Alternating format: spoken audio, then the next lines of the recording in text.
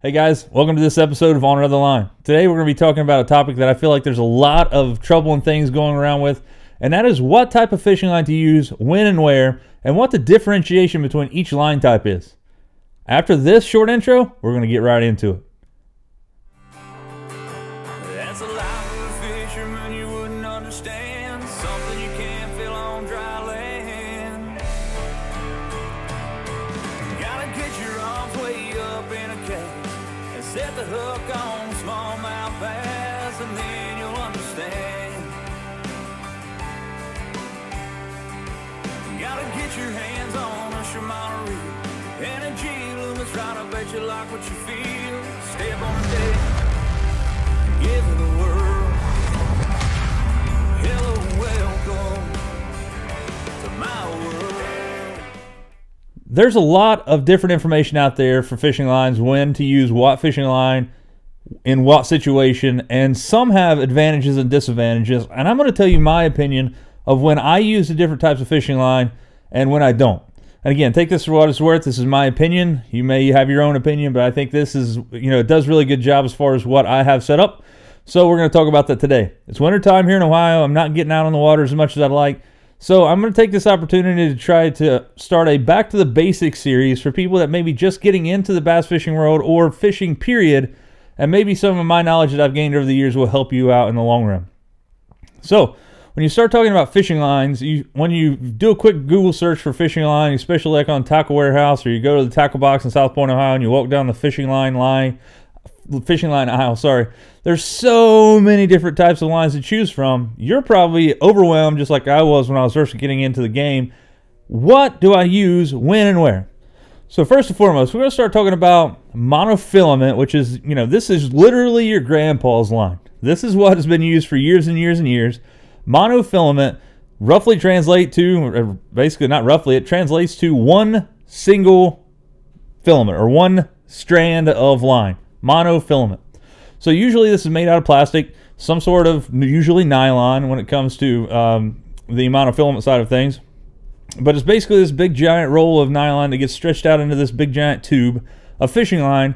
And the different pound tests is basically what's known as shock strength pound test. So basically if they take a line and they pull it tight, and eventually that line's going to fail, and those line weight categories are the pound test you get. For example, 16-pound test will hold 16 pound of brute force before it breaks. Usually a lot more than that, but at least 16 pound.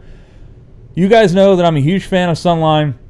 Sunline does make a monofilament, and here's again, guys, I'm not affiliated with Sunline in any way, so take that for what it's worth. Sunline is probably one of the most expensive lines out there, so there's plenty of other options out there, but again, I enjoy throwing Sunline. I've had a lot of great success for them. But monofilament floats. Monofilament is a great option if you're throwing topwater baits, but the cool thing about monofilament is it's basically a jack of all trades, master of none. It could actually, you could throw pretty much all baits on it. It's going to have some downfalls. For example, it doesn't have the abrasion resistance that, say, Fluorocarbon or Braid does, and we're going to talk about those in just a second. But it also is very stretchy. It has a lot of stretch in it, and that's due to the the nylon material that it's made out of, and just the way that it's manufactured. So you're going to get like a springy section of line, and the more line you have out, the more spring you're going to get into it. That spring and that flexibility of the line gives you less sensitivity. However, if you're looking for a place to start, monofilament is a great place to start, because you can pretty much do anything with it. You can throw topwater, you can throw spinner baits, you can throw crankbaits, you can throw Texas rig, jigs, you name it. You can pretty much throw anything you want on monofilament. Is it the best line out there? Probably not. Matter of fact, I don't even throw monofilament anymore, because I think there's better lines out there. So the monofilament, again, is going to have a lot of stretch. It does have good knot strength. It is going to basically be an all-around line that you can use wherever. Again, it floats, so you can throw topwater and stuff on it. Whereas moving on to the next type of line, which is going to be fluorocarbon, and fluorocarbon actually it's a lot stronger than monofilament. There's less stretch. It has higher tensile strength. It has higher abrasion resistance. It is also virtually invisible in water. Has really good, really high knot strength.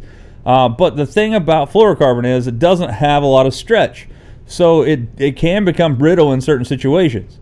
Fluorocarbon line does sink, which means you're not going to be able to throw a topwater bait as effectively as you would on monofilament, because it is a sinking line. What's going to happen is if you have a bait and their line is looped off of there and it's sinking, it's going to cause the topwater bait to dip in the water, and it's not going to run as true as you would like, or as high in the water. Could you use it? Could you get by with it? Sure. Something like a buzz bait or something you're constantly moving, a whopper plopper, you could probably get by with it. But in that opinion, my opinion, in that situation, I'm throwing monofilament or braid. We're going to talk about braid in just a second. But fluorocarbon, again, has higher abrasion resistance than monofilament. You are going to find that monofilament and fluorocarbon are differentiated in prices, whereas the fluorocarbon is going to be probably more than double the price of monofilament. Again, so the fluorocarbon line actually has, again, some of the pros it has is that it's virtually invisible in water.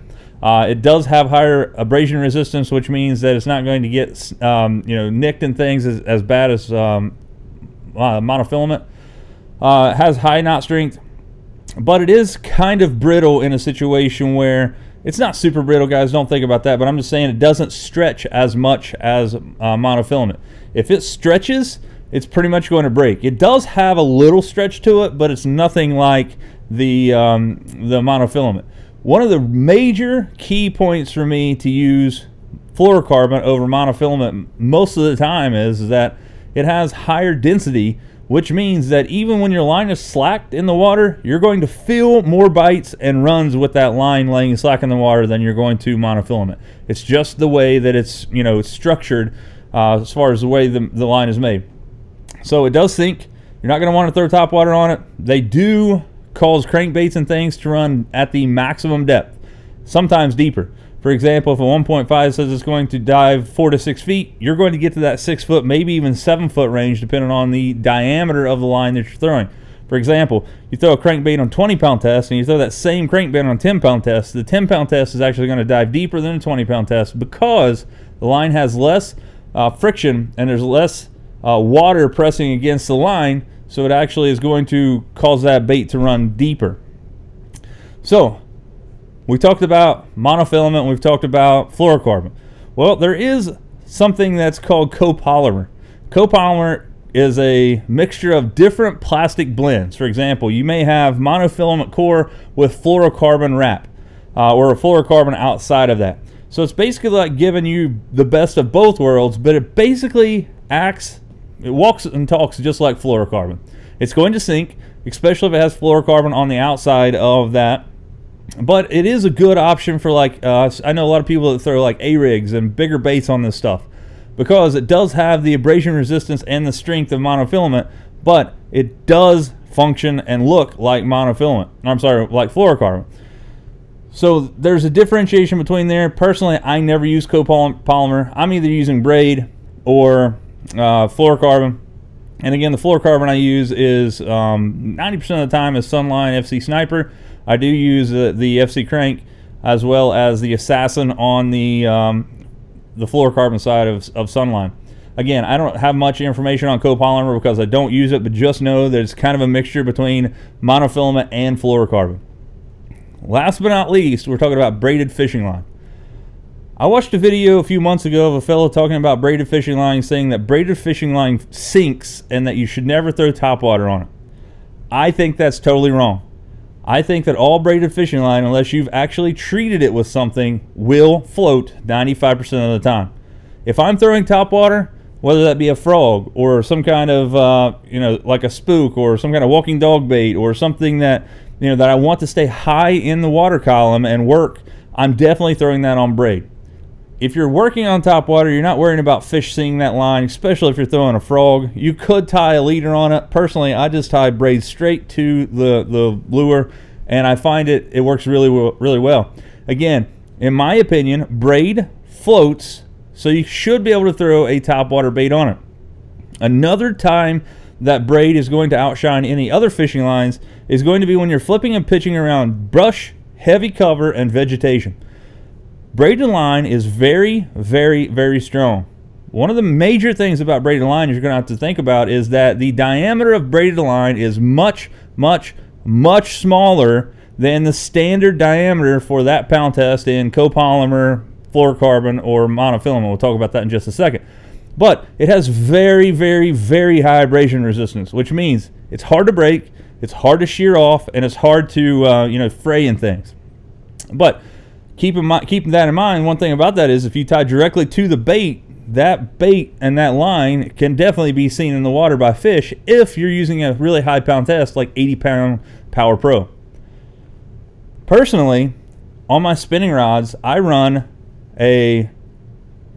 some type of braid. In my opinion, my favorite one is Power Pro Super Slick V2. I run a lot of different colors. I have the Moonshine, I have Onyx is another really good one. I like the blue. There's even a red that I really like. But there's different, you know, styles and lines depending on what you're needed to use. But on my actual spinning rods, 100% of the time I have a braid to a fluorocarbon leader. One of the things you have to understand, as I mentioned a second ago, is that the diameter of braided line is much, much, much smaller than that same diameter of, like, let's say you take 18-pound test braid and you have 18-pound test fluorocarbon. The 18-pound test in that braid is going to be much, much, much smaller than the 18-pound test fluorocarbon. So if you're tying braid to any type of leader, whether that be monofilament, copolymer, or fluorocarbon, you have to make sure you're tying the correct knots. There's about 3 knots that I've had success with in the past. My favorite is the uni-to-uni knot. And the reason I like that knot, I don't feel like it's the strongest knot on the planet for this, but I do feel like that I can tie it way quicker than the other two I'm going to talk about. One of those is the FG knot and the Alberto knot. You can, you know, do a quick Google search. I've actually had a couple videos on my channel about those 2 knots. But my favorite is the uni-to-uni. I also have a video about that on my channel. Just search my channel, you'll find it. But going from braid to any type of leader, be sure you're tying the correct knot to make sure you have the proper strength there between that knot, or you're going to break your line off a lot. Again, if I'm going to be flipping and pitching a big jig around like lily pads or cattails or anything that's got a bunch of vegetation, if I'm flipping and pitching grass in Florida, you could bet your rear end I'm going to be throwing some type of braid.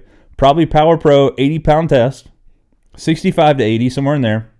If it's on my spinning rod, I usually throw 15 to 30-pound test braid to a 8 to sometimes 15-pound leader, depending on where I'm at.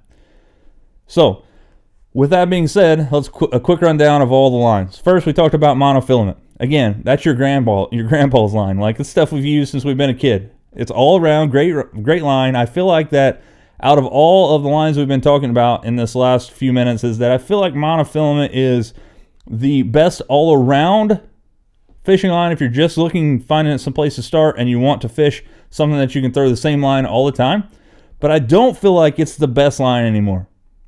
The best line I think that's out there is fluorocarbon. I love fishing fluorocarbon just for the simple fact that it's a lot clearer in the water.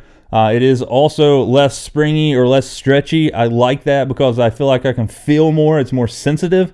Again, you do have to learn how to tie some new knots and things if you're going to be using fluorocarbon because it is slick. It's when you pull knots and things, it is slick on itself. So you actually have to make sure you're tying the correct knots.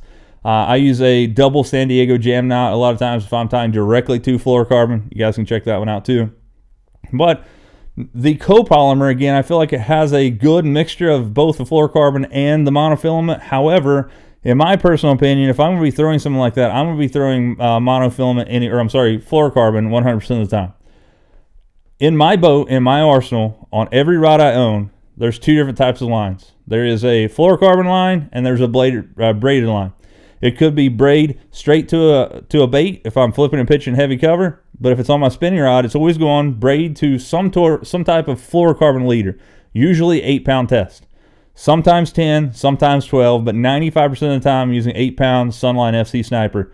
Another thing, braided fishing line, you must spool a backer of some type of cheap line on your spool before you put your braid on.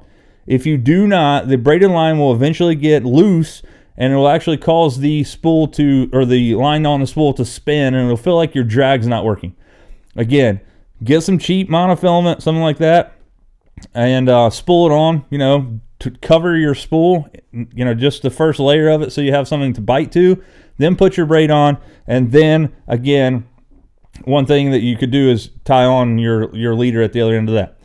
One quick thing before we get off here, guys. If you're using braided fishing line like this, again, this is years use of, this is Power Pro Super Slick V2 in Moonshine. You can see this is kind of a white collar. She used to be really green and fluorescent yellow, or fluorescent green. This thing's been used all year.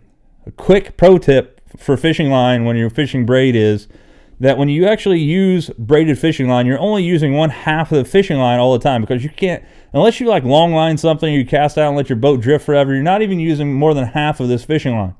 So the best thing to do, guys, is take this line off and spool it onto another spinning rod. So what this is going to do, so you'll have backer on the other spinning rod tied directly to this braid, and, you know, spool this braid onto another fishing rod.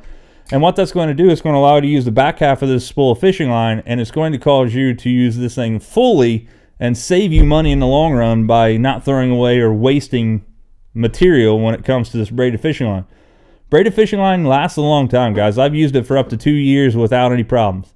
If I were a betting man, I figure you could probably do it longer than that. However, I'm fishing a lot of tournaments, a lot of big high-end stuff, and I'm trying to win, so I usually re-spool my stuff every year. If not, depending on every other tournament or so, depending on where I'm fishing or how I'm fishing. So guys, this is my breakdown of what fishing line and stuff you should use and when. Again, monofilament, pretty much use it anything, anywhere. Top water, mid-range, on the bottom.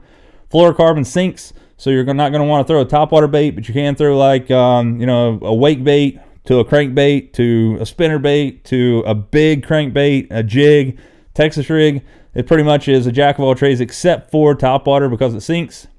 Copolymer, I stay away from copolymer because it sinks and everything, just like fluorocarbon. Does have a little bit more stretch to it. So if I'm going to choose that, I would just choose regular monofilament. And then braided fishing line, again, has the greatest strength of any of the lines that we're talking about. Sometimes it is a little bit more expensive. It does has its downfalls too.